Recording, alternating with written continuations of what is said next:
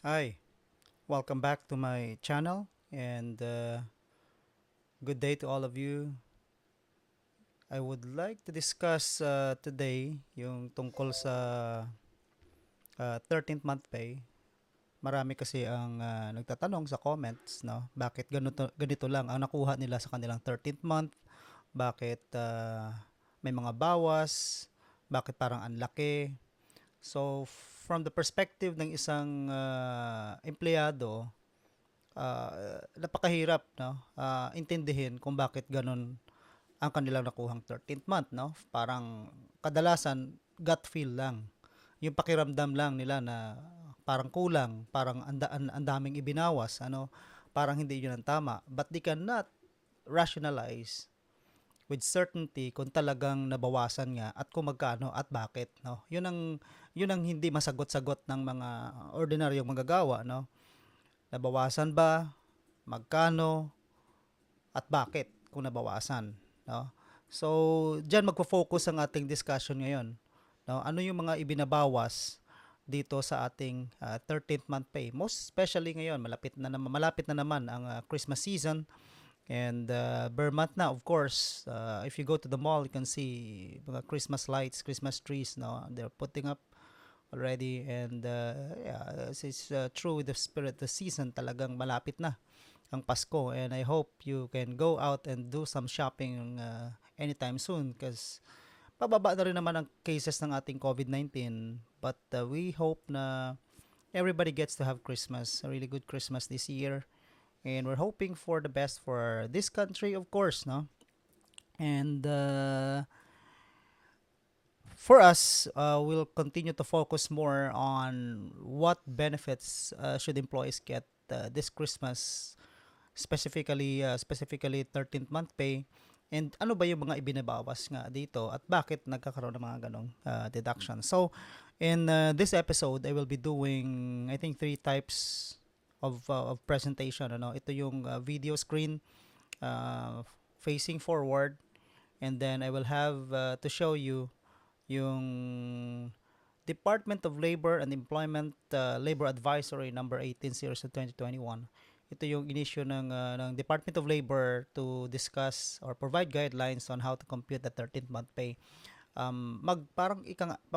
Magre-react tayo doon sa kanila, sa computation na ginawa ng Department of Labor, tama ba 'yon or ano, or applicable ba 'yun sa atin, etc., etc., no? So we will go through those items, and then my screen will be going to my Excel file kasi dito nag-develop kami ng a very simple Excel file, ano, Excel uh, parang computation of your 13th month pay. Now, if any of you would be interested to get this Excel file, click yung link ninyo and mada-download, ipapadala to sa email, ano. It's very minimal fee kasi pinagawa natin to, pinakompute natin. It's going to be easy for you sa mga manggagawa, no, to do this. And this is an employee version kasi dito i-input mo na lang sa yellow cells, no, yellow cells yung mga figures mo, and then automatically nagko-compute na yung 13th month pay. Kasi dito sa ating YouTube channel, napakaraming paulit-ulit, no, yung mga questions, magkano po ba ang 13th month pay kapag ganito, magkano ba separation pay, magkano ba yung ganito, magkano yung ganyang benefit. So pinagkaiba lang yung daily rate nila, yung pinagkaiba lang yung number of years of service. So we thought na itong Excel file na ito, no, would help you in a way. Madali lang naman siyang gawin kung ikaw yung gagawa, no, but you will spend a little bit of time, and we already remove that part on you, no. So dito na lang kung gusto ninyo, no, para every time na meron kayong question sa company ninyo on your benefit, you can just easily go to this, open mo lang to, and then input yung mga ano, nakailang years ba ako, nakailang ano ba ako, ilang months, anong months ba yung ano, magkano ba sahod ko for that month. So makukuha mo na yung 13th month pay, no. May mga add-ons din dito, no. In addition lang, bonus na yon, parang merong computation nung pag na redundant, na retrench, na both sa daily paid and sa monthly paid workers, no. And then you have the computation of service incentive leave, ilan ba yung nagamit ko, ilan pa yung hindi ko nagamit. So magkano dapat makukuha ko, no, based on labor code. Nakabase sa labor law ang formula nito. So, yeah, this is going to be helpful for you. I hope, no? And I feel na ganun ang maitutulong nito kasi all you have to do is input. So, magfo-focus ako sa isang screen na yon, sa isang episode, sa isang part ng video na to, doon sa screen ng Excel file na yon. So, for now, I have to move to another screen, which is yung labor advisory. I think itong app ko, hindi ako makikita dito when I discuss kasi mukhang mag-screen recording lang ako dito. Alright, so see you. Ito naman yung ipapakita natin dito, comment tayo on the Labor Advisory number 18, series of 2021. Inilabas ito ng Department of Labor last 25th October 2021.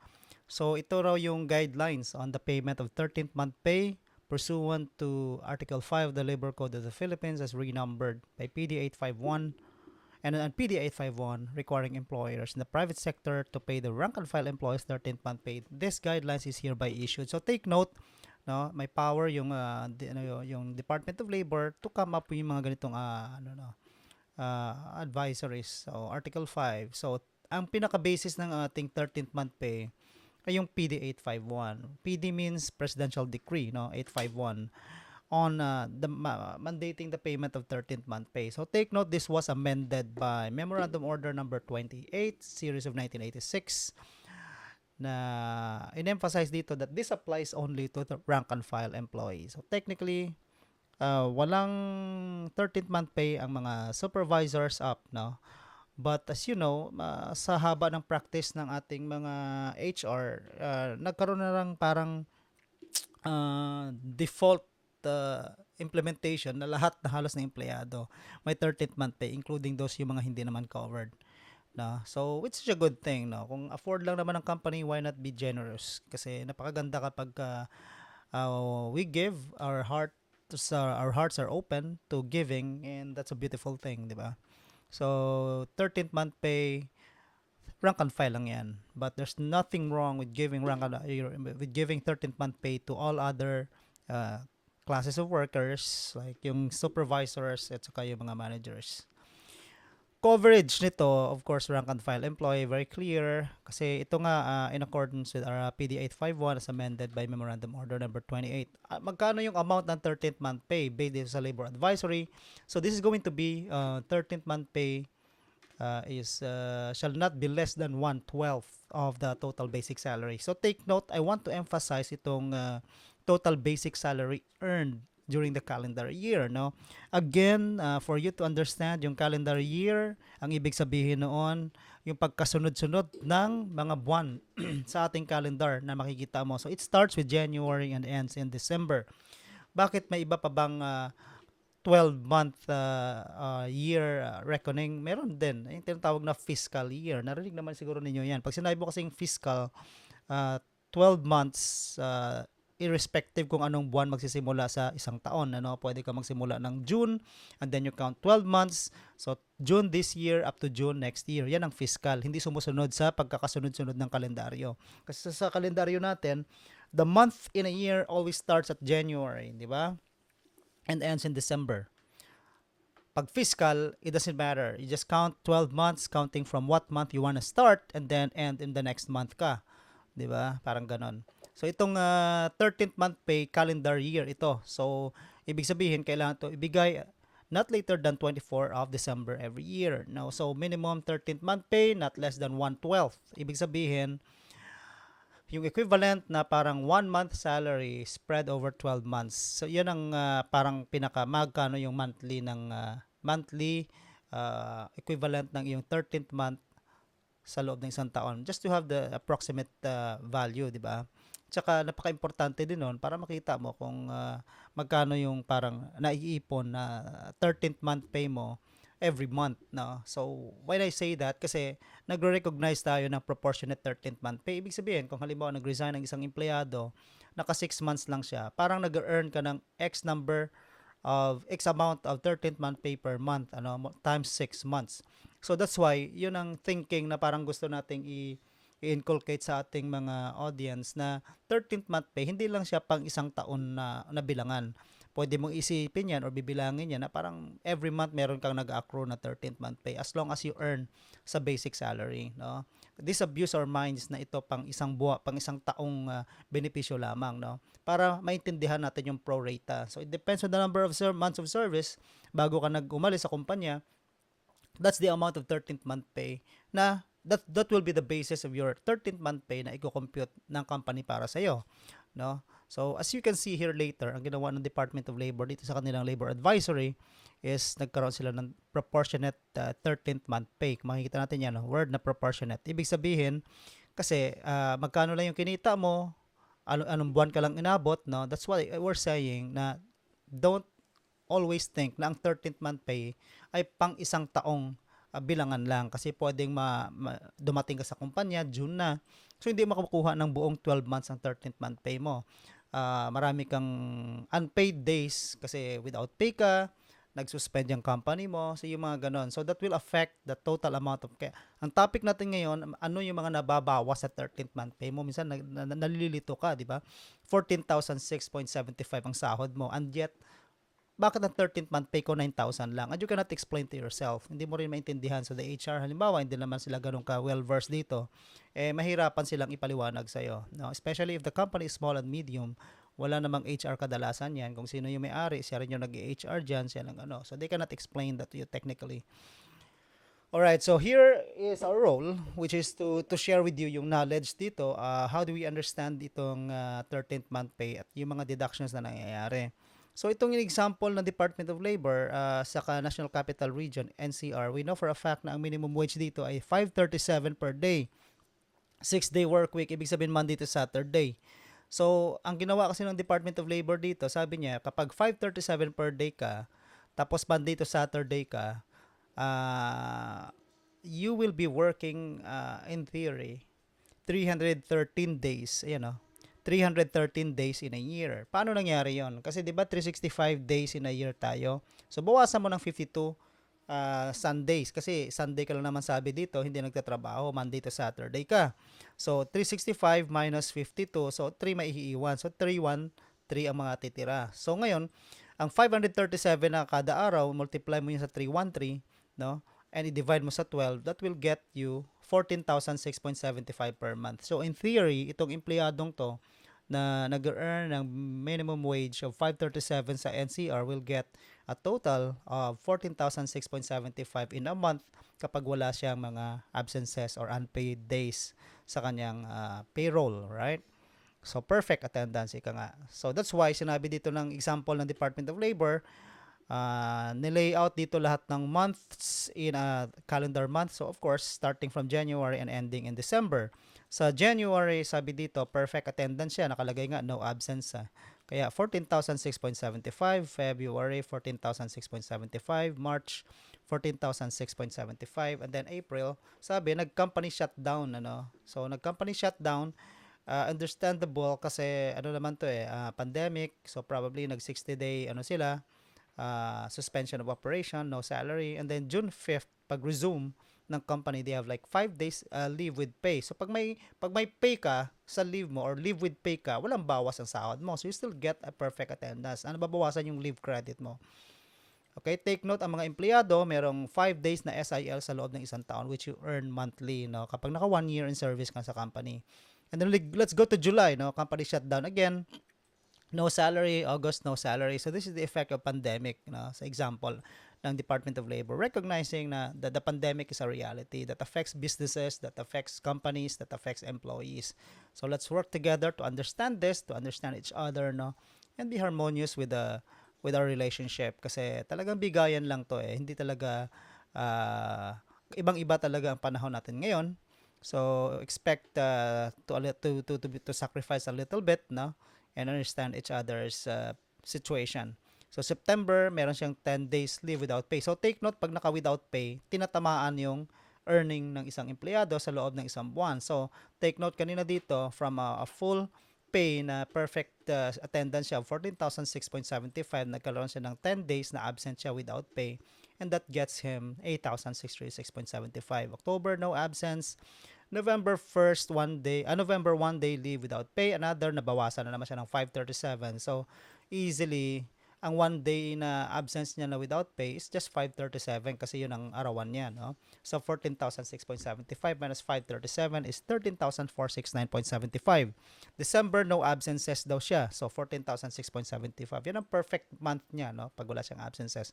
So pag itinotal natin lahat ng income niya, ng basic salary niya from January to December, that's 106,147, ano? So how do we get the proportionate 13th month pay? We just have to divide it by 12. So and the quotient is 8,845.58. Yan na yung proportionate 13th month pay. Yan, nakalagay dito sa labor advisory. So take note, napakaganda nitong example na ginawa or illustration na ginawa ng Department of Labor because this reflects the reality nowadays, no? And then the minimum amount shall be given without prejudice to existing company practice or policy at saka CBA. Bakit sinabi ng Department of Labor to? Kasi may mga CBA, may mga company na may practices na mas maganda kaysa sa ganitong computation, like may bonus sila, may ganyan, may 14th month pay pa. So kapag may ganong stipulation na ang isang empleyado ay bibigyan ng 13th month pay tapos may 14th, may 15th, may 16th pa, nakasulat yon. So hindi pwedeng sabihin ng company na hindi na kita bibigyan ng 13th month pay dahil binigyan naman kita ng 14th. So sabi dito, pagka nagkaroon ng ganong mga policy at on top yon sa 13th month pay, hindi dapat nakaka-apekto sa benepisyo ng empleyado or right to receive benefit under the 13th month pay law. Kailan babayaran? 13th month pay on or before December 24, 2021, di ba? So pwede bang magpa-exempt, magpa-defer, sabi ng Department of Labor? Hindi. No request for or application for exemption from payment of 13th month pay or deferment. Pag sinabi mong defer, wag na muna magbayad ngayong December 24, next year na lang, defer, di ba? Babayaran naman pero hindi naman agad. Parang ganun ang ibig sabihin ng defer. So hindi rin pwede 'yon. Hindi mai-allow ng Department of Labor. And companies are mandated by law to report compliance with the 13th month pay. So via online naman through the Department of Labor and Employment or DOLE establishment, the report system at the reports.dole.gov.ph not later than January 15th of the following year. So ito yung mga ilalagay dyan. Ano? Yan ang nilalaman ng Labor Advisory number 18 series of 2021. So that explains kung ano yung mga absence, ano yung effect nitong mga absences at saka yung mga company shutdown, kung bakit bawas ang 13th month pay ng isang empleyado. So take note, yung kanyang perfect month na sumasahod siya ng 14,006.75, nakatanggap lang siya ng 13th month pay na 8,845.58. Sa isang ordinaryong manggagawa, napakasakit ng ulo niya nito. Paano nagkaroon ng ganitong amount lang ang kanyang 13th month pay? Hindi niya ma-explain sa sarili niya. So HR should be good enough, should be better in explaining bakit umabot lang sa ganitong 8,845.58, di ba? So makikita mo may mga effect itong company shutdown, may effect itong without pay niya, 10 days, 1 day, di ba? So yun ang mga factors na nakaka-apekto kung bakit bawas ang mga 13th month pay. Alright, in my next part of this video, I will show you an Excel file. As I said, now that will explain kung paano ang mechanics itong mga pagbabawas-bawas ng ganyan and how to make it simple for yourself kung ikaw yung ordinary empleyado, just to check kung tama ba yung mga benefits computation na binibigay sa iyo ng iyong company. With our discussion, ito na, nandito na ako sa aking Excel file. So as I told you na we'll try to show itong mga 13th month pay computation, sample computation in very easily in a automated way, no, 'di ba? Kasi sabi nga natin sa mga ordinaryong manggagawa, napakahirap na mag-track ng kanilang correct computation ng 13th month pay. Sometimes hindi nila pinaniniwalaan yung HR or sometimes yung may-ari, 'di ba? Especially pag meron silang trust issues sa isa't isa. So they don't think na honest na pag-compute sa kanilang 13th month pay, or even if wala silang ganong trust issue or hindi sila nagdududa, pero ang point nila, parang hindi nila maintindihan bakit nagkaroon ng deduction. Basta pag uwi sa bahay, sabi nila, ganyan lang nakuha akong 13th month pay, hindi ko alam kung bakit. Basta may deduction daw ako. Now, I have here an Excel file na makakatulong sa ating lahat, sa inyo mga empleyado, sa mga companies also, na again, para sa akin sa pagsagot ng mga comments na iba na hindi marunong, no, na nakalagay dito, you just have to input. Ito mga ito. I-input mo lang yung mga numbers, yung mga figures, yung salary mo na earn every month, kinsenas katapusan, ano, on the fields provided. Dito ka lang sa dilaw gagalaw, no? Huwag ka nang gumalaw sa mga cells na ibang kulay. Ito yellow, no, 'di ba? Ganyan. Ano? So, yan ang lalagyan natin ng figure. So, again, i-back to zero natin para, ayan, pagka naka-zero yan, automatic kasi nagko-compute yan. Ano? Ganyan. So, yan. Alright? Okay. So, halimbawa lang, no? Ang isang empleyado, meron siyang makikita mo, automated na to, no? Ang tawag namin dito sa file na to, compensation boss. Why compensation boss? Kasi 'di ba, parang you're saying sa boss mo, boss, compensation ko, 'di ba? So this is an employee version kasi we're gonna have employer version naman. Bakit ano pagkakaiba ng employee version sa employer version? Sa employer version kasi we're gonna come up with something na medyo mas maraming mako-compute niya kasi pag employer ka, ang dami mong kailangang alamin. Whereas kung ikaw lang naman ay empleyado, all you need to know magkano ang dapat ang nakuha mo at bakit ganoon ang nakuha mo, magkano ba per month, magkano, etc. No? So this is the 13th month pay calculator. Ito estimate lang kasi we don't know all the other factors na nangyayari sa company ninyo. So whenever you have this, ang kagandahan lang nito, meron kang ballpark figure. Pag sinabing ballpark figure, meron kang idea mga magkano nakuha mo, magkano makukuha mo kapag ganito ang kinita mo ng January, February, March, April, May, all the way down to December, 'di ba? Makikita mo dito. May projection ka na. So yung mga nagtatanong sa akin na pinagkaiba lang yung daily rate nila, yung mga nakailang buwan sila, this will be an answer to your issue, to your question, 'di ba? So may link dito sa video, puntahan niyo na lang. And then may konting ano lang dito dahil sa gumawa nito. And then may mga bonus items na nilagay dito eh. So I will show you later on yung mga bonus items. Okay, so halimbawa na lang, no, doon sa sample ng DOLE, balik tayo dito.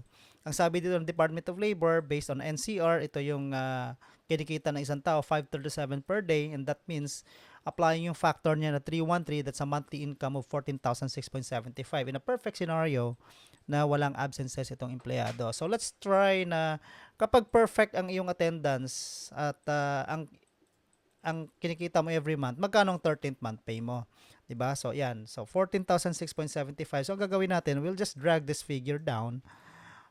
Perfect nga. January, February, ito na, yan na. Parang ganyan. February, you know? So, the same. 'Di ba?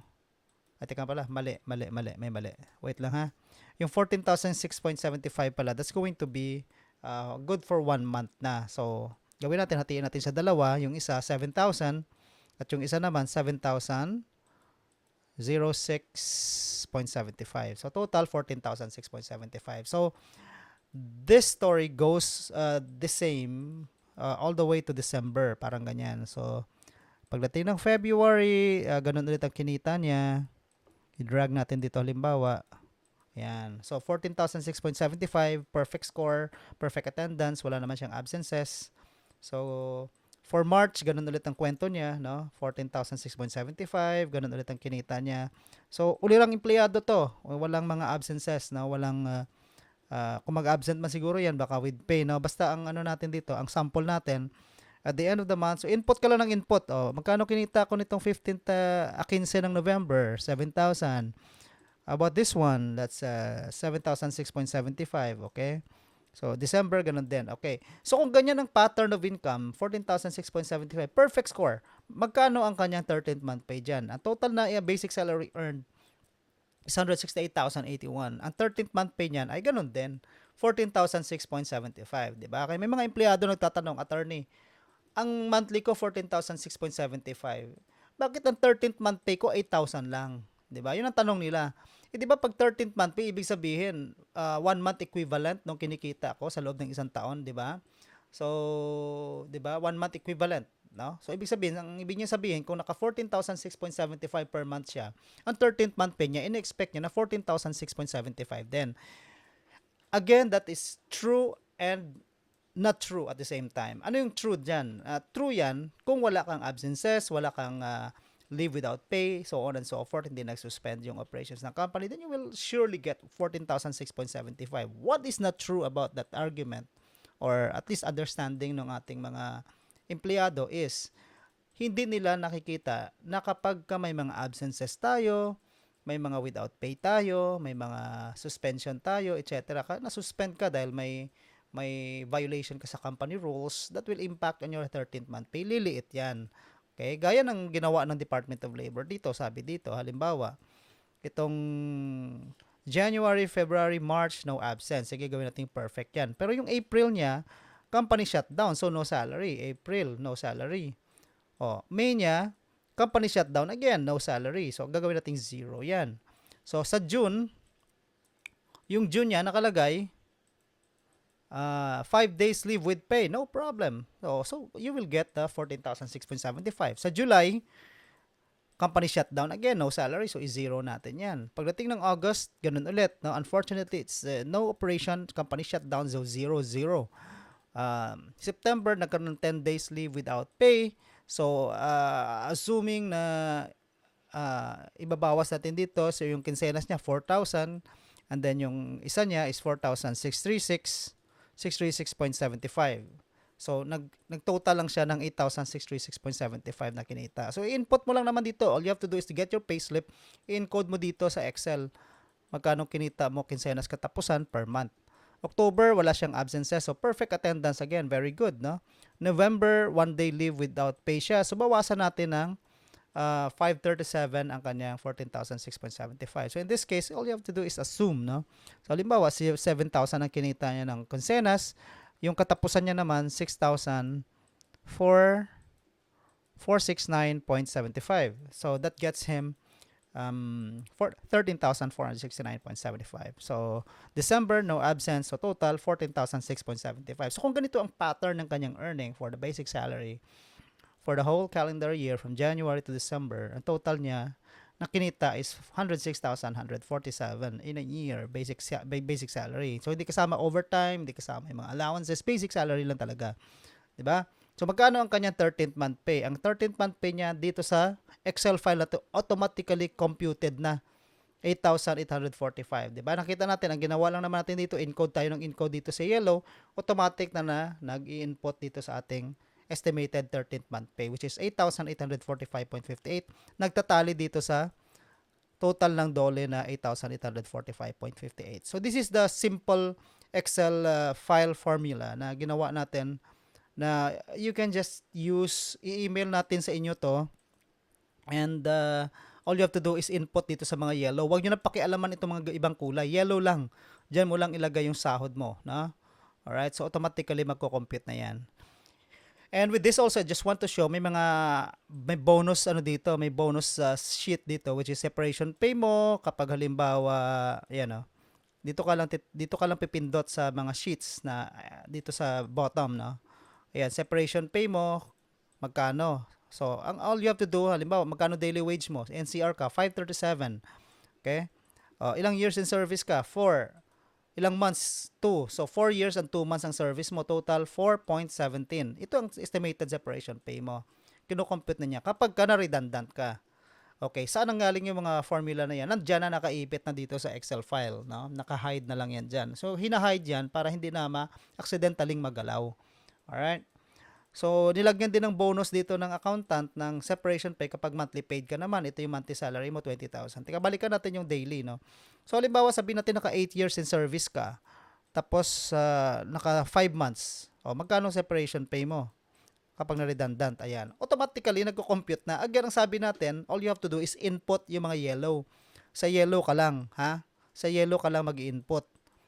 Okay? Automatic na makikita mo, mako-compute mo na. So, wag na kayong doon sa comment na, attorney, magkano kapag ganitong years in service, ganitong buwan ako. Ilagay mo na lang dito yan. Ito ang kinikita ko daily. Kung daily, pero kung monthly ka, dito ka sa monthly. Attorney, 20,000 ang monthly salary ko, naka 5 months in service ako, naka 5 years in service ako, naka 3 months ako, magkano makukuha ko pag na-redundant? Napakasimple ho. Napakasimple. All you have to do is input. So, ibalik natin sa 0 so you can see. Sabi niya, kadalasan ng mga tanong sa akin ganito Okay? Attorney, ito ang sweldo ko per month. 15,000. 15,000 per month ako. Sa yellow lang tayo. Yellow lang, no? 15,000 per month ka. Magkano? Naka ilang years in service ka? Attorney, naka 5 years in service ako. Tapos, ilang months yun? Ilang months in service ka? 5 years and 0 months or hindi, 3 months. 5 years and 3 months. Magkano ang separation pay ko? Ayan. Estimated separation mo, 78,750. Pag na-redundant ka, based on a monthly pay of 15,000. Yan na yan, automatic na yan. Na ang formula nito nakabase na sa labor code. Okay? Attorney, hindi naman ako na-redundant, na-retrench naman ako eh. O di, sige, punta tayo. Ito may sheet din dito para sa retrenchment, no? Pag na-retrench ka, ayan, no? Retrench, daily. Daily paid, ibig sabihin, daily ka, no? So, sige. So, i-zero natin para makita mo dito, no? Okay, sabi mo, 537, yan ang daily ko, attorney. Ilang years in service ka? Naka 4 years in service ako, ilang months? And 2 months. Yan ang estimated separation pay mo kapag na-retrench ka at daily paid worker ka. So, naaalis na yung mga sakit ng ulo ninyo, no? That's what I'm saying dito. Ito naman, I'm just responding to sa mga comments na, 'di ba? Yung pinagkaiba lang yung amount, pinagkaiba lang yung years of service, and of course, kailangan nakabase sa kung anong nakalagay sa ating labor code. So that's the formula included in this Excel file. So pagka na-email sa inyo ito, dapat meron kang Excel sa iyong computer, Excel application sa iyong laptop, itabi mo lang and then encode ko lang doon sa yellow. Napakadali ng buhay mo dito. Okay, so with that, this is now the sample computation. Nakikita naman ninyo nagtali sa Department of Labor, Labor Advisory 18, Series of 2021, yung computation dito sa Excel file, no? 8,845.58.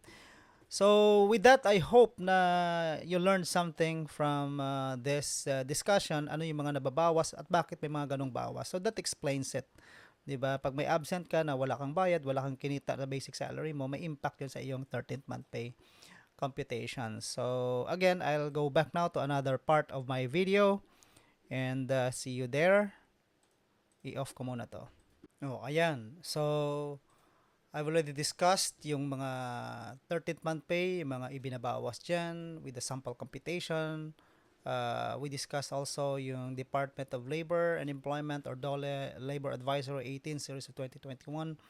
Tsaka yung chinek natin yung kanilang sample computation illustration nila, and we use the same figures now to input them in the Excel file that I showed you na would very easily help you sa mga computation ng iyong benefits sa loob ng company, no? Approximate na may mga bonus sheets doon sa Excel file na yon. And that's all coming from your comments. How can we help you better and cope with all the questions that you have in mind, especially sa mga pag-compute ng iyong benefits.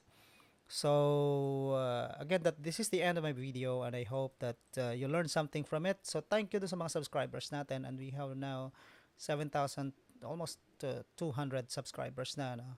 And thank you to all your support, and doon sa mga nakasama natin sa mga kaso, no? So we continue to pray for the success of your cause, ano? And again, just want to remind everyone following my page, following this channel, na tayo, yung advocacy natin is not for any particular group, any particular employer, employee, wala tayong ganon. So ang pinaka-mission natin dito is to share what we know about the labor law, sa knowledge natin dito, and all the other related laws, ano. And hopefully that you get something from it and that can help you. And of course, the highest goal is for establishments to have harmonious relationship, no? Meron tayong peace sa ating industrial magkaroon tayo ng industrial peace sa ating industrial settings, establishments. So that's the goal. Magmahalan, lalo na parating na yung Pasko. That's why we're discussing this 13th month pay. And continue to stay safe. Thank God, bumababa na raw yung ating mga COVID-19 cases. And we always pray. I always pray for the safety of you and your family, good health, always to all of you. And thank you very much for your support.